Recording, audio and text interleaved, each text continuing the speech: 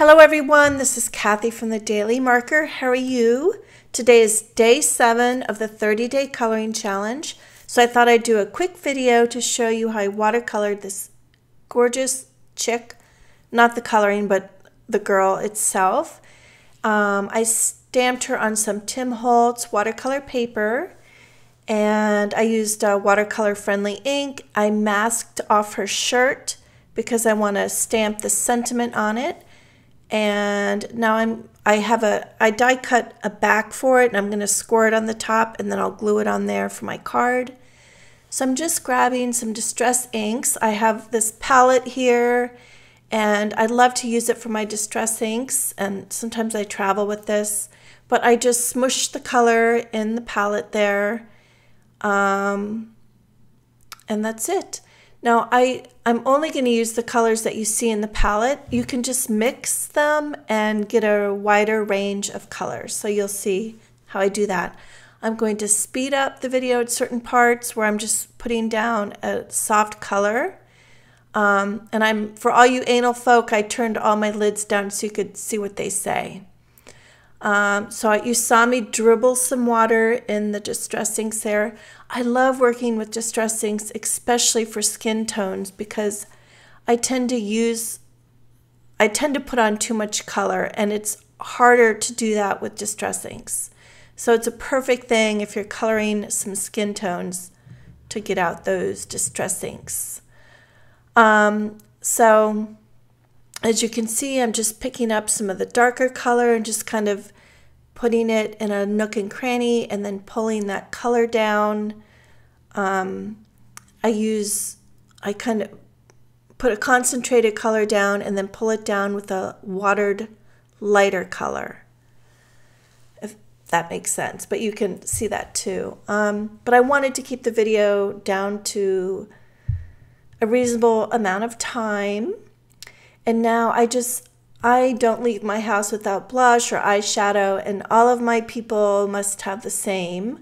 So I have some, I think it's worn lipstick, and I'm just putting a ring around it to soften those cheeks.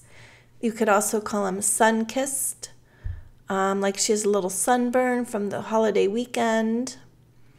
So now I'm just kind of focusing on the nose. I pretend like I know what I'm doing here. I really don't watch anyone else's videos because I don't have time, and I don't want to like plant a seed and then maybe copy him and not give him credit and not know it. So anyway, so now I'm just kind of using that very faint antique linen just to soften the colors a little bit. And then I'm just adding a little purple on the eyelid, just kind of going around and adding and mixing, and it's fun. Okay, so while I do this, well, first I thought it'd be fun to add some purple paint to her hair. So first I'm just gonna, I've said it before, but I really do not like, and I feel like hate is a cuss word, but I hate coloring hair. And right now I'm focusing on that collarbone, and in the end I really didn't do a good job here, but I think you hone in on her face and her eyes, so I'm not going to worry about that. So I'm using the lines on her hair to guide me, and I'm just painting lines of color in her hair and following the lines in her curls or buns and stuff. I'm not doing anything special, I promise. And then once I get all my color in there, I'm just going to wet the whole thing and just kind of hope it mushes together nicely. I think for hair, I do a better job with Copics, but I still don't love doing hair. Straight hair is okay. I don't mind straight hair. So anyway, so I'm mixing some of that purple with the brown and just laying that down.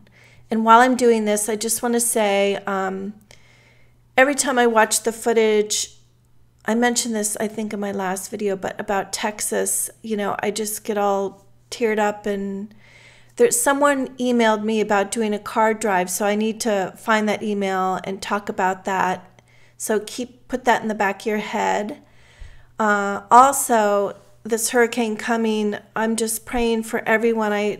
All those tiny little islands, St. Thomas and the BVIs and stuff, I think it was like a direct hit. I mean, just talk about total devastation, and now it's headed for Florida. So if you live in Florida, North Carolina, anywhere, like, my heart is with you and goes out with you, and I'm praying for you guys. I just had to say that. There's just so many crazy things going on in the world, and weather and fires, and I'm praying for you guys too. So thank goodness for coloring, because it just gets your head out of what's going on, out of the news, out of the weather. When people aren't being kind, you just kind of get in the zone. And I'm just going to keep talking. Now, someone emailed me, and she has neck issues and her hand shakes a little bit. But notice my right hand, I kind of set it on my paper. I use it. It gives me stability. So try that. And also, something we all have to think about is our necks. And like, if we're hunched over, even if your neck is just bent and you're not hunched, it still can put a strain on your neck maybe later. So I'm just adding some darker blue, and then I'll add some purple, just kind of the nooks and crannies, and then bringing that down just like everything. So if you use a clipboard, or lower your chair where you're kind of, like if you had a high dining table and you feel like you're putting your soup straight into your mouth, I think that it takes more strain off of your neck. Or if you have an easel, or sometimes if I'm on the plane, I'll put my coloring on a book. So I'm bending my neck less. Okay, so now I've picked up my Copic marker, and yes, this is watercolor paper, and that's okay. So I wanted to color the iris in her eye, like a khaki color, hazel. And now I'm going over, what is that part of makeup called? Eyeliner. And now I have the 0.03 just to add some little details on the edges of her eyes and to go over those eyelashes. Now, watercolor paper, I always like to use the textured side, and it's a little bumpy. So if you're not confident tracing over your images, either just do a few areas where you know it's safe and it doesn't matter, like the hair, or practice on a piece of paper. But I go slow. You know, this is sped up like 20%, and my hand is sturdy, and I make short lines. So keep that in mind. But I feel like it needs, the water kind of softens the lines a little bit, and I need a little bit of a darker line. I've been doing this for years. So if you practice, I promise it'll get easier. Now I have that 0.03, and I'm just drawing little tiny eyelash lines, little fringes on the collar of her shirt. And then I'm going to do it on the sleeves too. It just gives it a tiny little interest. And I enjoy it. And then I'm just doing a little ring, just like a little added detail around the collar. Sometimes I do a white line, and then I go over that with black. But that would have gotten a little bit too close to the sentiment that's on her shirt. I also wanted to add some white highlights to her hair, but I just thought it could be a little risky. Now that I've shared this, maybe I'll try it later and see, and if I do, I'll share it next time or something. So I'm just firming up some of those little lines around her hair. And then I'm going to dry this with the heat gun, and I might add a little Copic marker to soften those cheeks, and a little bit on her arms just to blend that out. I added a little purple to her hair also with the marker. And It just kind of softened what I did before. Those are all the distress inks.